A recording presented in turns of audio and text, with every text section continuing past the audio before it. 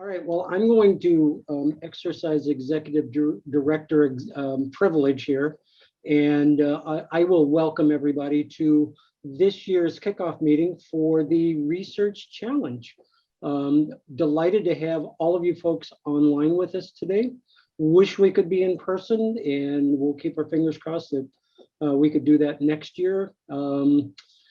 And so I'm Mark Salter. I'm the executive director for the CFA Society of Minnesota, which means I get to take credit for all the good work that everybody else does.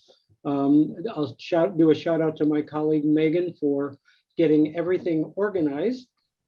And with that, I'm going to turn it over to our co-chairs for the event. Jon Levy, who is a member of our board of directors, and as a day job, he happens to be an attorney and partner with Ballard Spahr. And Chris Young is over. You're still over at Wells Fargo, right? You're still at.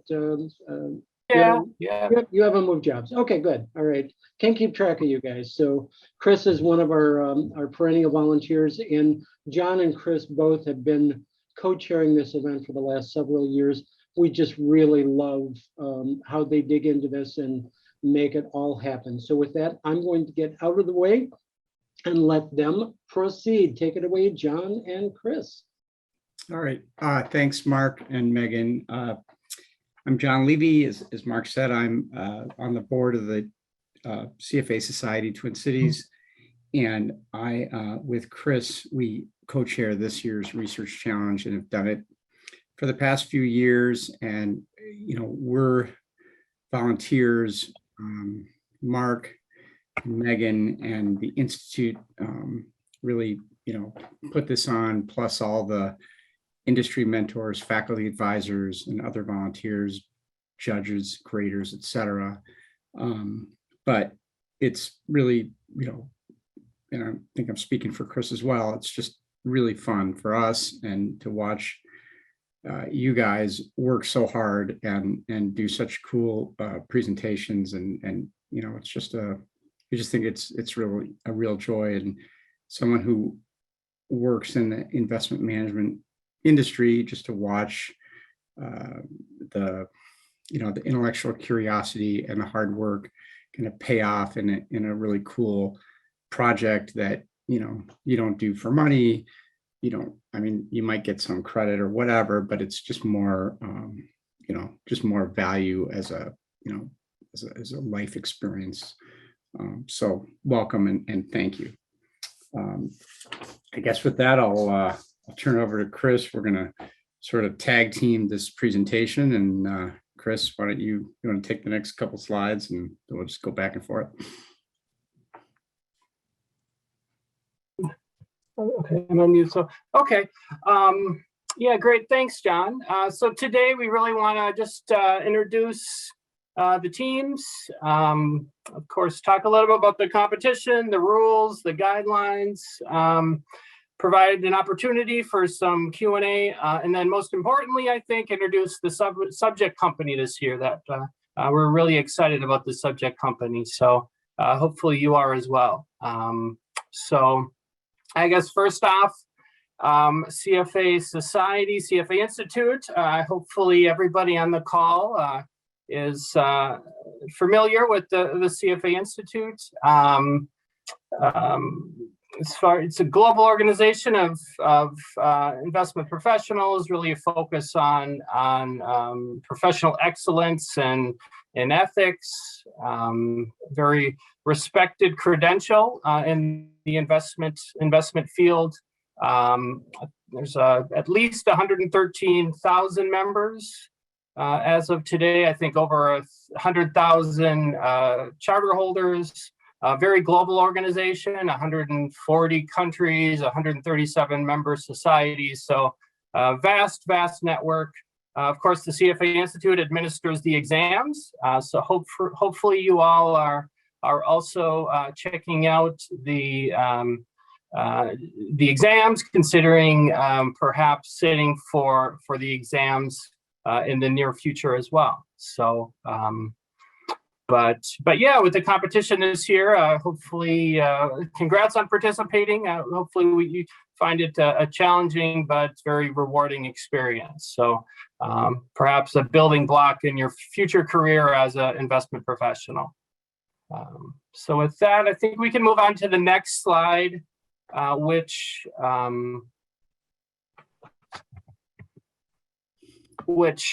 this is the sponsors. Of course, we want to thank our sponsors. Without the help of our sponsors, none of this would be possible. Both, of course, this event, but also the other events that are put on by the local society here. Mark and Megan, the staff that do a great job of providing a lot of local events as well. So we would encourage you to check out their website, check out the CFA Society Minnesota website, check out a lot of the great events that they put on year round. So I think we can move on to the next slide, slide 4, the Research Challenge Network. So it's a large competition, 5,000 plus students, 3,000 plus volunteers, 900 universities, 150 local societies, 113 local level challenges, 91 countries. So bottom line, hopefully it's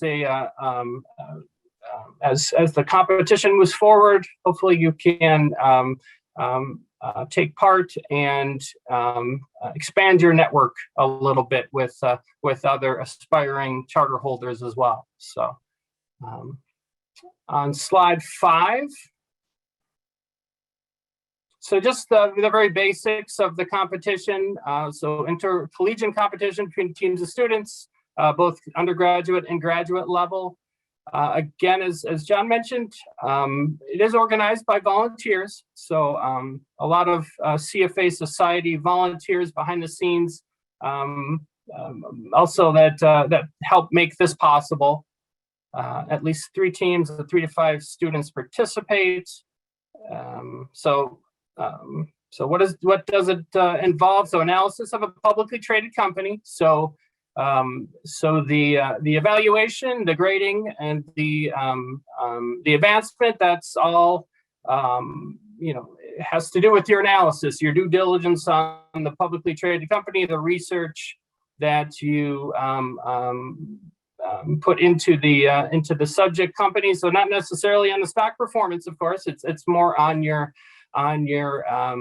defining making a recommendation, and then maybe most importantly defending your recommendation. Does involve interviews with company management. Each of the teams have been assigned a mentor, research report writing in that first round, and then as we go through, there'll be opportunities to present your research as well. So John, do you want to take the next slide? Sure. Okay, so this slide is just a sort of little summary of kind of what we think is sort of the benefits for students, right? You're going to learn best practices in research and report writing for a fundamental equity analyst. Kind of in a real life learning experience, kind of as if you were writing a, recommendation, to, institutional investors, retail investors about what to do with respect to the subject company, which we'll have a big secret reveal later in the program. As the previous slide said, you're going to get access and exposure to leading industry professionals, both your faculty advisors who have deep expertise in investment research and finance, your industry mentors who are from many of the firms that were identified as our sponsors and other leading firms in town. You will draft this report and give a presentation, and it'll look great on your CV and resume. You'll get experience presenting to our judges, are also from leading local or national firms in investment management, institutional money management firms, and they will judge your papers and judge your presentation. There's potential for media exposure. We did a few years ago, one of our local winners advanced all the way to the global final, which was that year in Kuala Lumpur, Malaysia, which is super cool, but really far away.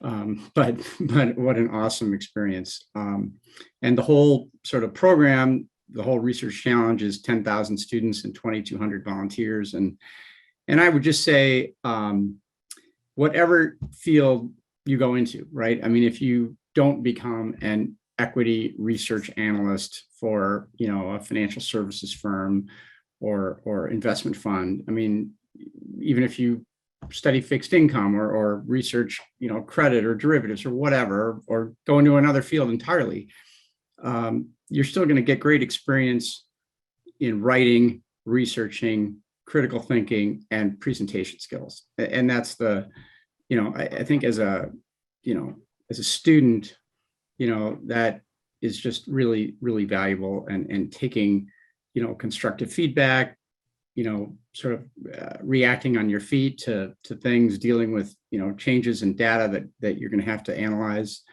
These are just good skills to have, whatever field you pursue. So should I keep going, Chris? Just do the next couple and then we'll just go back and forth. Sure. Okay.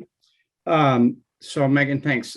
So here are our teams that are participating this year, and a lot of them are familiar, and so it's terrific to have all teams that have contributed for many, many years, and some teams that are more recent, and it's just great. Bethel, St. Ben's, St. John's, Gustavus, at North Dakota State, South Dakota State, 2 teams from UMD, a team from the University of Minnesota, and a team from Winona State. And on the right is a list of our industry mentors. These are local, these are charter holders in our chapter who've agreed to volunteer their time to work with the teams, subject to the rules, and there's so many hours they're allowed to participate.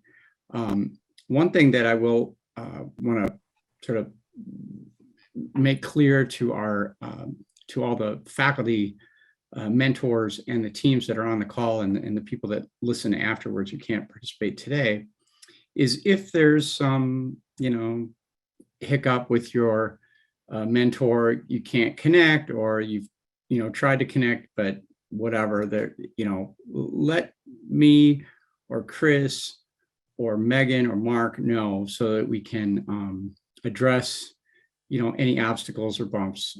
Apparently in the past, sometimes there's been some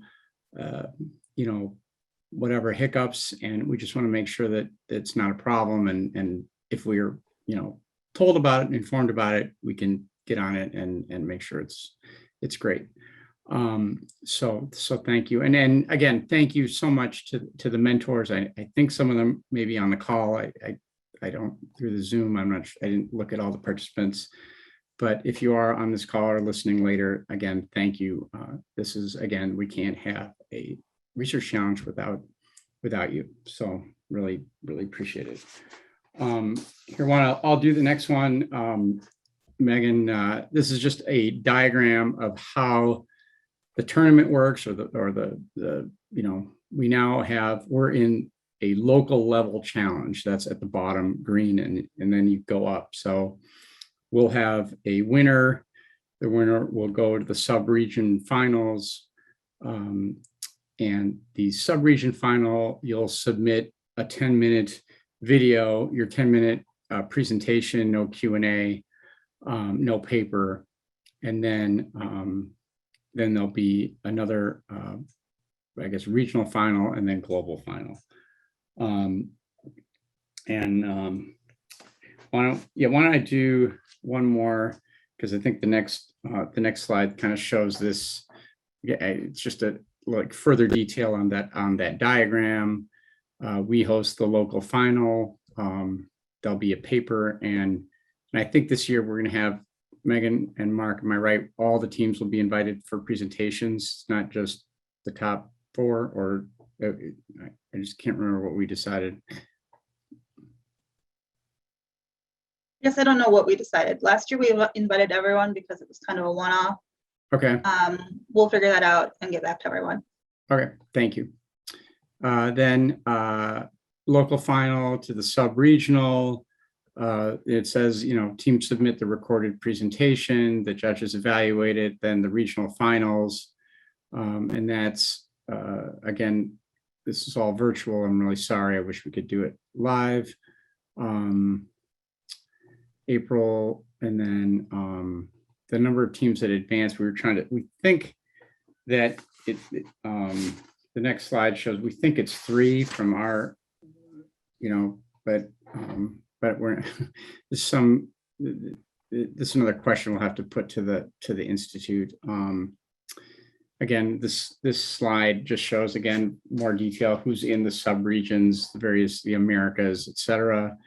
And I think we're in the 7 to 9 sub-regional team, Midwest US, which would be 3 teams advancing to the regional final. But I may be wrong about that. Then why don't we turn to the timeline? And Chris, you want to take the next slides? And Yeah. So timeline. So of course today, September 28th. So kickoff meeting today. By October 15th, please register with the CFA Institute. So register for the competition. So that's the first deadline, is the 15th of October. Then sometime in October, suggested a first meeting between the mentor and the student. So again, John talked a little bit about it, but please, again, be proactive in working with your mentor. The mentors did raise their hand, and they wanted to be involved in the competition. So they're very interested in helping out and helping the teams put forth their best possible paper. So again, please be proactive with your mentors, and there's a few suggested meeting dates listed here on the timeline with your mentors. So maybe a good reminder to try to hit those dates. There's certain allotted hours, which we'll go through in a later slide. But again, use your mentor as much as you can. So November 15th, Analyst Day with the subject company. So that's a very important date. Later in November, the second meeting with the mentor, week of the 13th, first draft due. Again, that's a suggested timeline there, but suggested date, but good reminder. The papers will be due on January 20th. So the final report due noon Central Time on the 20th. So very important date there. There's a local team of judges here, industry professionals, who will go through the papers in that week and a half period, and the teams will be notified of results on February 1st, and then the local final presentations will be February 17th. March 20th, then sub-regional submission due. And then we move into the regional semifinals, and then the America's regional and global finals will be live in person in New York City on May 17th. So hopefully this gives you a good timeline for the competition here going forward. So on the next slide. So this goes a little bit into the rules. We'll hit on this quickly. We've never had any problems with any of this in the past. We don't expect that we will, but let's just go through this quickly. So 3 to 5 students. Of course, we, aligning with the mission of the CFA Institute, we want to strive for diversity within the teams. Students must be enrolled in the university at least part-time. Reports and presentations must be students' original work. Okay, so pretty common sense, but students must not have contact with the subject company outside of organized events. So again, there's a big analyst day in November. which provides a great opportunity to interact with the subject company. Students may not enlist the help of other professionals other than their mentor or faculty advisor. So on the next slide, go through this quickly as well. Mentors and faculty may not contact the company. So it's expected that the students will be those that contact the company. Mentors, faculty, and subject company may not provide material non-public information, for obvious reasons. Written reports must conform to the guidelines set forth by the Institute. Teams may not use props in their oral presentations. And then again, just please abide by the code of ethics and the professional and standards of professional conduct. When you go to register, there'll be some information there as well that you'll need to agree to. But just use common sense. We've never had any problems at all with rules in the past, and we don't expect that we will. So on the next slide, so here's some updates. Unlimited number of teams per university. Number of teams advancing from the local round based on total number of participating teams rather than total universities. Written report appendix has been shortened. So written report will no longer, this is a change, or the written report will no longer be scored past the local round of the competition. And then just lastly, the Q&A session increased by 5 minutes in the regional and global. So on the next slide, here's some good best practices for, I guess, working with your faculty advisor, industry mentor. I guess the most important thing here, 10 hours maximum of productive time with your faculty advisor. Probably the most important thing to point out here. And then with your industry mentor, it's 6 hours of maximum productive time. So of course, we'd encourage you to use the maximum amount of time. But there is a maximum.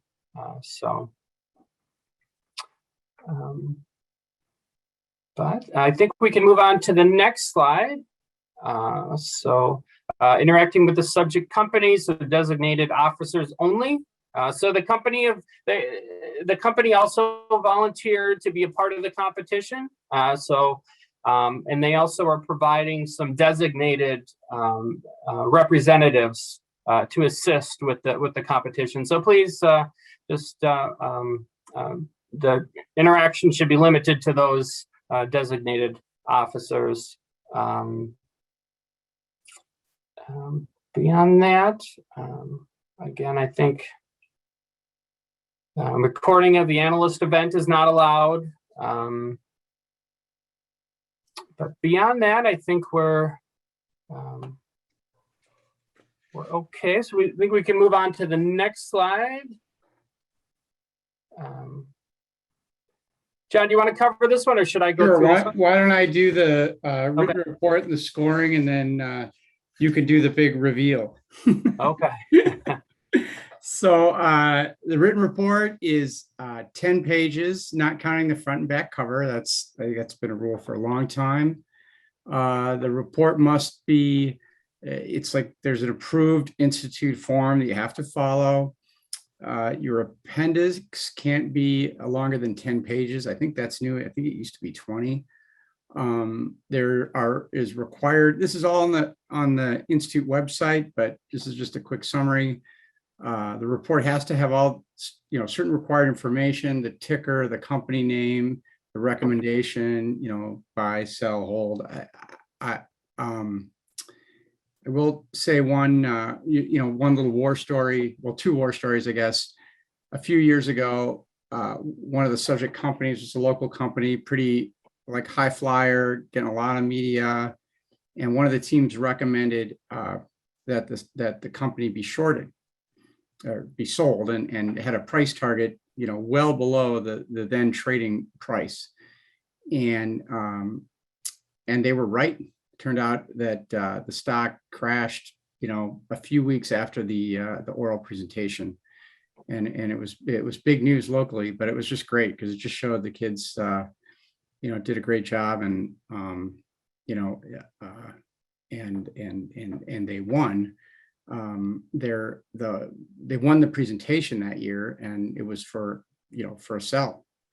And the other thing I just wanted to say about the subject company interaction, oftentimes at the oral presentation, someone will show up from the company and ask questions and just be available for comments, and it's quite interesting to see their reaction. The very senior officers, often we've had CEOs come, we've had CFOs from very large public companies listening to the students talk about their business and their company, and very insightful commentary. So it's just kind of cool. Back to the written report, it must be original work of your team. You can't copy Goldman Sachs's recommendation or some other firm's recommendation, and not your work of your faculty advisor or industry mentor, obviously. The report is scripted, and here are the sections that it has to have: a business description, industry overview, an investment summary, evaluation, financial analysis, investment risk, and ESG, environmental, social governance. I'm sure everyone's been reading a lot about that, and so that's now a big part of this. Megan, can we go to the next slide, and we can just show you how the report is scored? It's a 100-point scale. We will have multiple judges scoring the papers, so there's not going to be like each team will have one judge looking at the paper and giving a score. Business description, 5 points. Industry overview and competitive position, 10. Investment summary, 15. Valuation, financial analysis, those are the the meat of your work, is 20 points. 20 points. Investment risk, 15. ESG, 15, for a total of 100. I think I saw a question come in the chat. Maybe we'll just take it up at the end.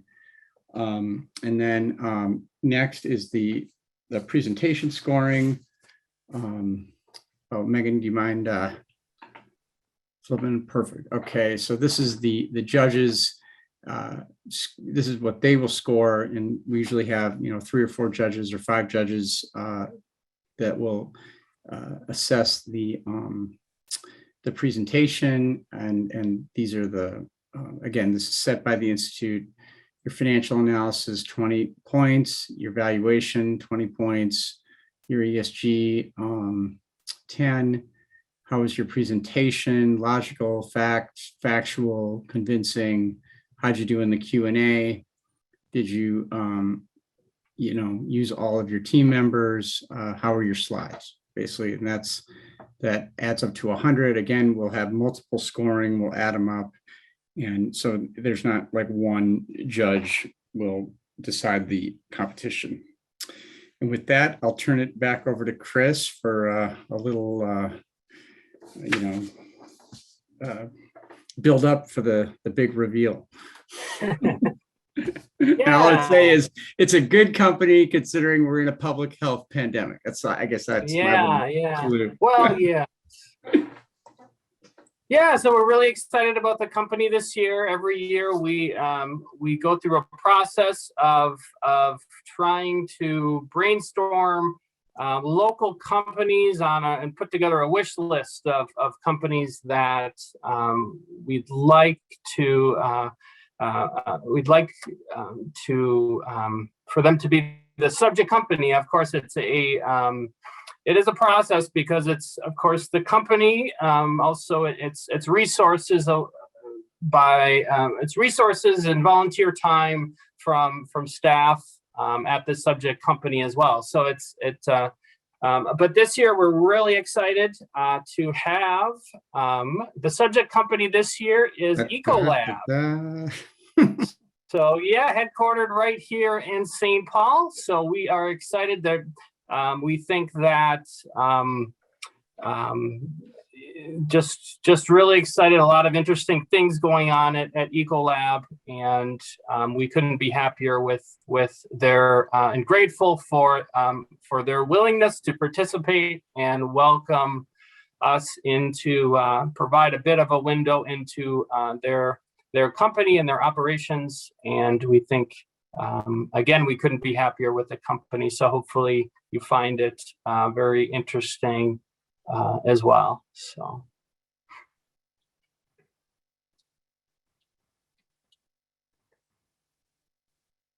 All right, well, so this is just kind of summing it up, where to begin. Of course, more information can be found cfainstitute.org research challenge. If you're interested in pulling up the more information on the rules or best practices, check out the information on the local CFAMN.org, the local CFA society. Remember to register for the competition by October 15th. There are some educational materials out there, some videos of past presentations on CFA Society Minnesota YouTube. You can view some past reports from the winning teams. Again, contact your mentor. More details will be coming soon on that. And then Refinitiv. That's another source of information. So with that, we're happy to open it up for any questions. And I think there was a question about from a grader about ESG, how ESG would be graded, and whether the society is given any guidance to help the students. And I don't know the answer to that. I think we'll look into that and get back to you if it's not on the Institute website. I just don't know the answer to that about, whether there's more about ESG than is just in the standard materials.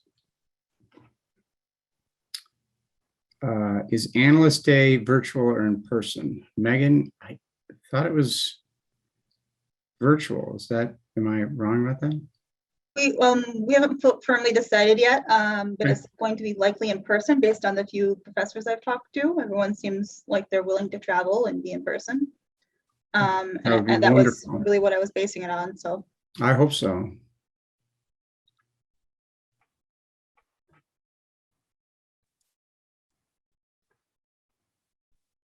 Is that how are we doing? All the Q&A will be in the chat. You can't just turn on your. Yeah, everyone can unmute if they'd like to. Okay. I think. But if you want to do it in chat too, that's fine. Yeah.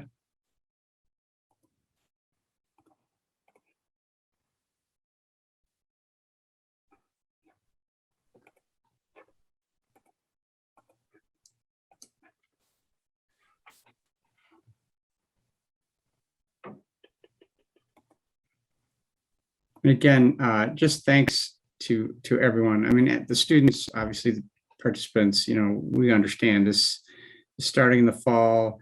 You're going to go through, Thanksgiving, your midterms, your finals, and then have this over winter break. So we know it's a huge amount of work, and we're really grateful for your participation.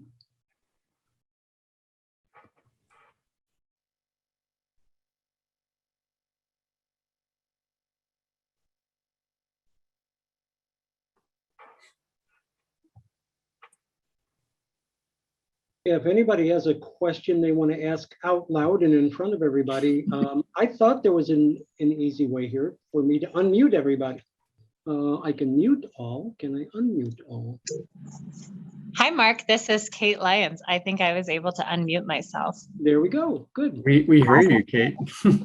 Wonderful. Great to see you guys. I don't necessarily have a question. I just wanted to say how excited I am to be a mentor this year.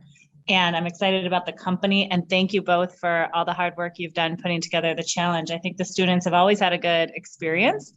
And so looking forward to another year of that.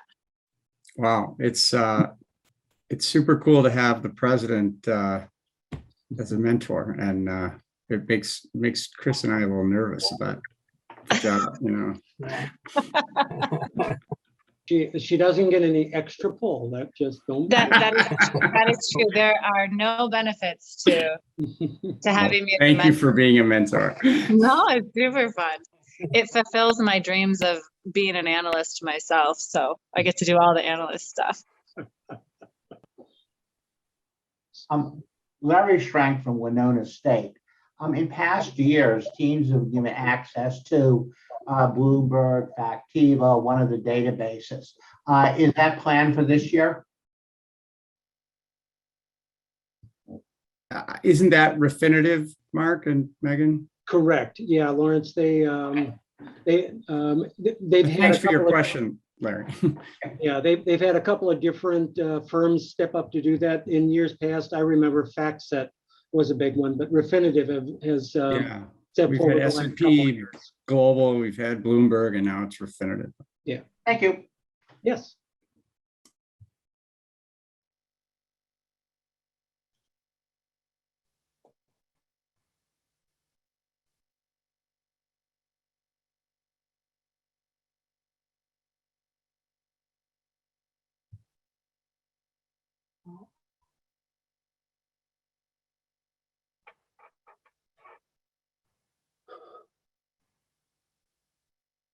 Okay, it looks like everybody is being shy today. Oh, here comes one. Question? I saw a question about would everybody have access to BBG, and I'm thinking that's a Bloomberg terminal. I think that's the Refinitiv, or what used to be Thomson Reuters icon, is going to be what is available for the students to use. Is there going to be a training session for them if they're not already familiar with this? I don't know the answer to that. Megan, have you seen anything in the promo materials? Sorry, what was the question? I was reading the chat.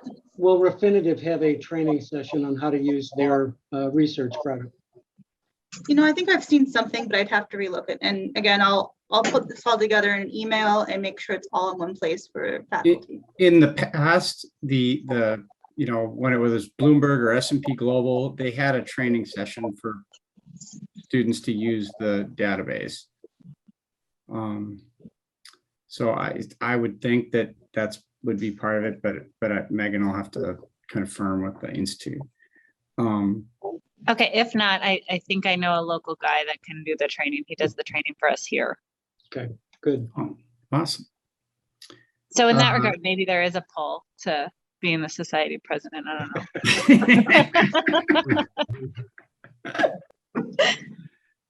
know. There's a question about the live events. Does the school or CFA cover a travel?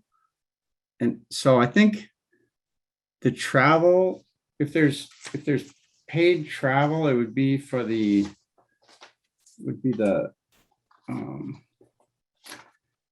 New York final, or because the other ones are Got it.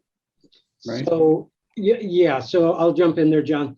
Yeah, so for the live final events in New York, if when one of the teams on the phone today advances to the finals, they will be specifically invited to come to New York, and the CFA Institute does cover the travel expenses for the team. I believe the faculty advisor, there might be a couple of, maybe the mentor, I'm not sure, although if it's Kate, she has to pay her own way.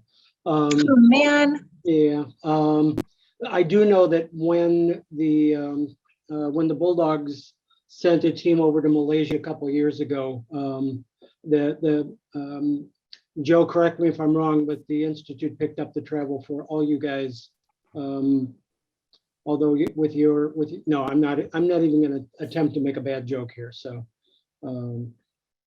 now for the local finals, we're asking you to pay your own way to get to Minneapolis. And if that is a hardship for somebody, let me know. But because we have occasionally found hotels willing to do a discounted rate nearby and things like that. So.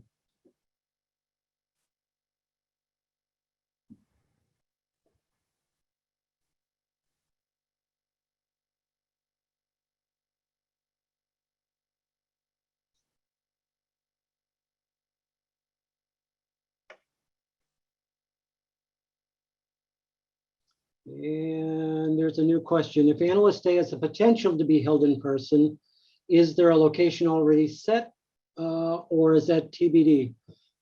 Sort of kind of TBD, but we have been talking to Ecolab about, they have several facilities here in the Twin Cities. We're not sure if it would be at the corporate office or more likely at their research facility in Egan. We've talked to them about both of those. And yeah, so still somewhat TBD, but those are the two locations we have talked with them about thus far.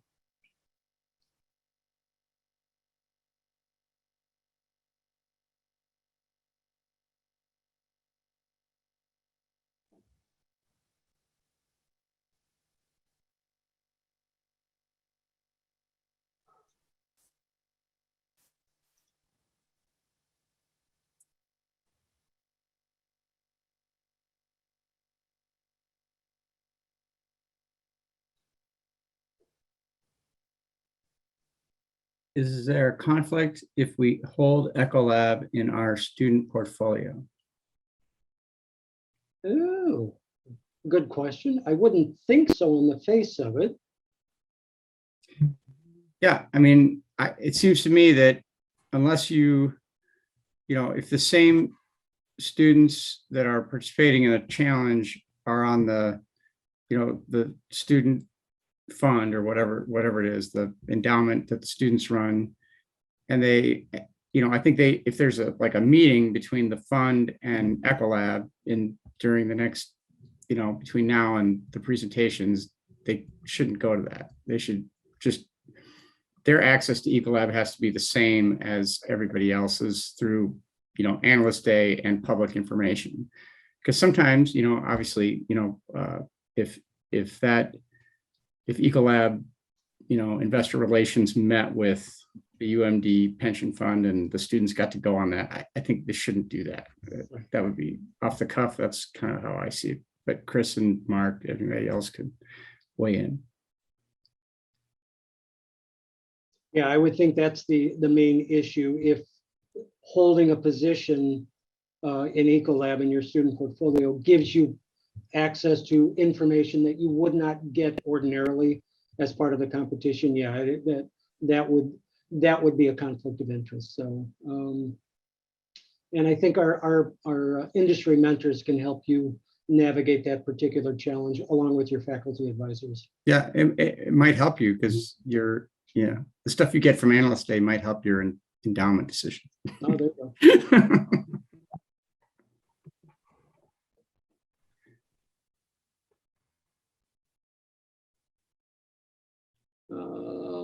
And my esteemed colleague Megan is asking if there's anybody on the call today from the St. Ben's St. John's team. I don't remember seeing them come through the chat, but if you are there, please please let us know.